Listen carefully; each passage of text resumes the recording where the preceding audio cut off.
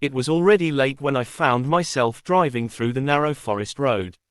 The tall trees surrounded me like quiet watchers, their shadows dancing across the windshield. I had taken this route to save time, but now it felt endless. The sound of my own heartbeat mixed with the soft hum of the engine.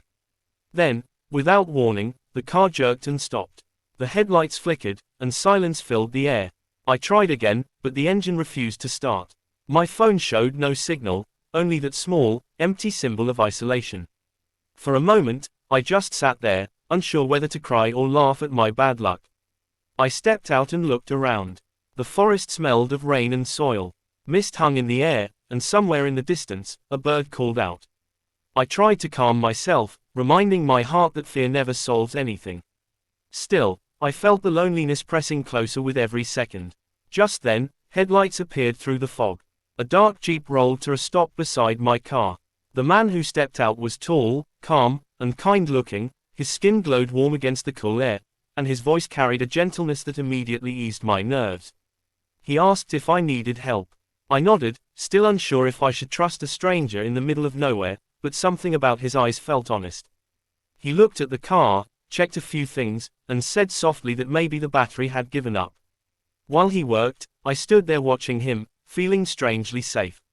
The rain began to fall lightly. Without a word, he took off his jacket and placed it over my shoulders so I wouldn't get wet. I tried to protest, but he smiled and said, "You'll catch a cold if you argue." That simple kindness made me smile for the first time in hours.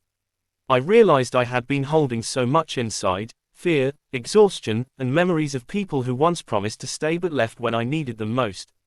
After a few minutes, he managed to bring the car back to life. The sound of the engine broke the heavy silence. I thanked him again and again, unsure how to express the relief I felt. He just nodded, wiping his hands, and said quietly, "Sometimes getting stuck in the wrong place leads you to the right people." I didn't know what to say, so I simply smiled. The mist began to lift, and the forest no longer looked threatening. As I got back into the car, I glanced in the mirror and saw him waving before driving away. But his words stayed with me all night. The next morning, I woke up thinking about the man from the forest. His calm eyes and quiet voice still echoed in my mind. Something about the way he spoke felt different, honest, like he had no reason to impress anyone. I decided to take the same road again, mostly to see if the car was fine, but deep down, I think I hoped to see him once more. The sky was clear, and sunlight filtered softly through the trees. The forest looked alive, filled with colors I hadn't noticed before. It no longer felt like a place of fear. I drove slowly, taking in every detail, every sound. And then, as if destiny had been waiting, I saw him again by the side of the road. His Jeep was parked near a small wooden bridge, and he waved when he recognized me. I stopped my car and stepped out with a smile. He laughed gently and said, "Looks like the forest didn't scare you away after all." I told him I wanted to thank him properly for helping me yesterday. He shrugged, saying it was nothing, but I could see a faint smile in his eyes. We decided to walk together for a while. The path led us to a small stream, its water clear and cool. The sound of flowing water felt peaceful. We sat on a rock nearby, and for the first time in a long while, I spoke openly. I told him about how I once trusted someone who broke that trust, how it left me scared to believe in kindness again. He listened quietly, never interrupting. When I finished, he said softly, "Sometimes, people who hurt us are just lessons in disguise. They teach us what love should never feel like." His words touched something deep inside me. For the first time, I felt understood. We laughed as we talked about small things, travel, dreams, and childhood stories. He told me about his home, far away, and how he loved helping lost travelers find their way. I teased him, saying maybe that was his destiny, to appear whenever someone's car broke down. He laughed, and for a moment, the forest echoed with the sound of our laughter. As the sun began to set, he invited me to a small lodge nearby. It wasn't far, and he said it would be safer than driving alone at night. I agreed. The lodge was quiet and simple, surrounded by trees glowing in golden light. We sat outside near a small fire, watching the flames dance in the cool evening air. There was no need for many words. The silence between us was comfortable, filled with the kind of peace that only comes when you feel safe with someone. I looked at him and said softly, maybe not everyone who stops in the middle of the road is a stranger to fear. Some stop because they care. He smiled, and for a brief second, I saw something in his eyes, a story he wasn't ready to tell yet. But I didn't ask. Some moments are better left untouched. The night deepened, and the sound of crickets filled the forest as we both sat quietly, lost in our thoughts and the warmth of the fire. Morning light crept through the windows of the small lodge. The forest outside looked calm, bathed in gold and soft mist.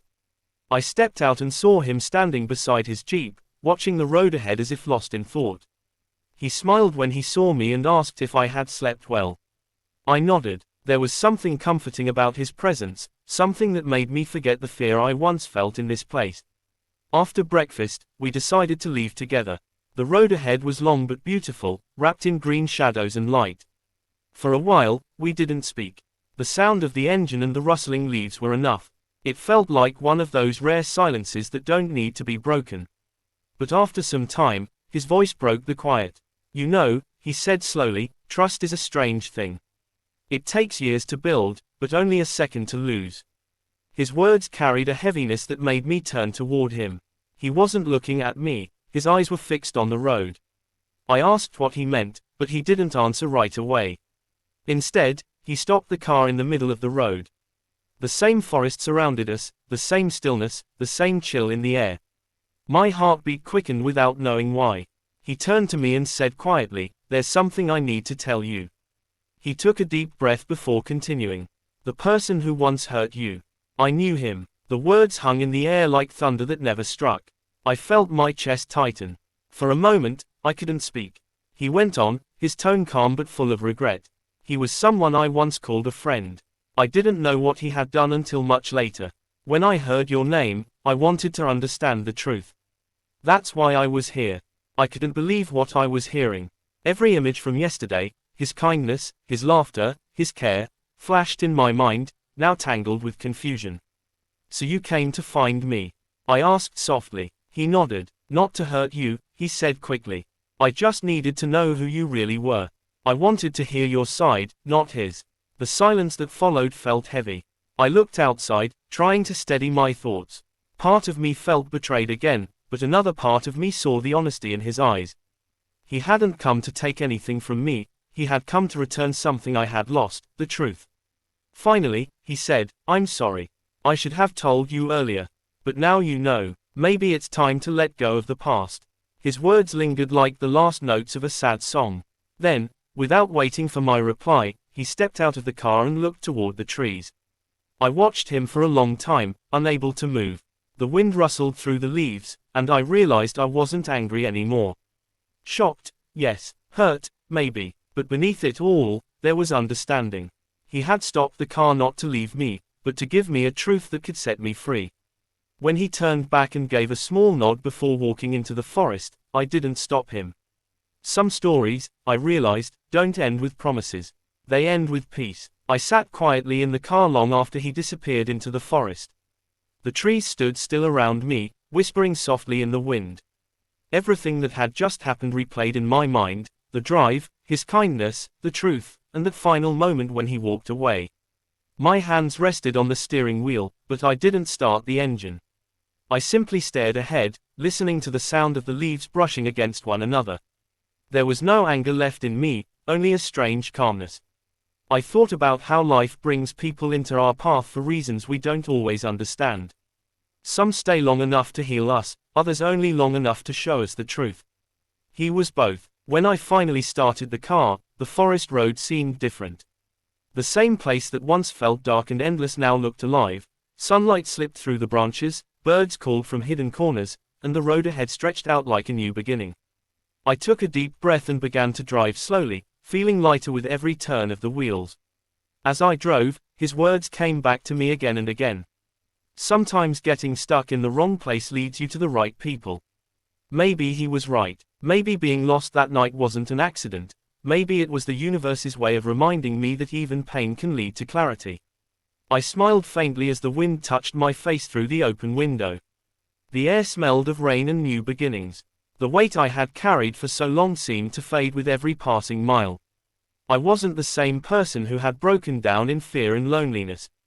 I had found courage, understanding, and the strength to let go. At the edge of the forest, I stopped the car one last time. The sunlight was brighter here, and the sky had cleared completely.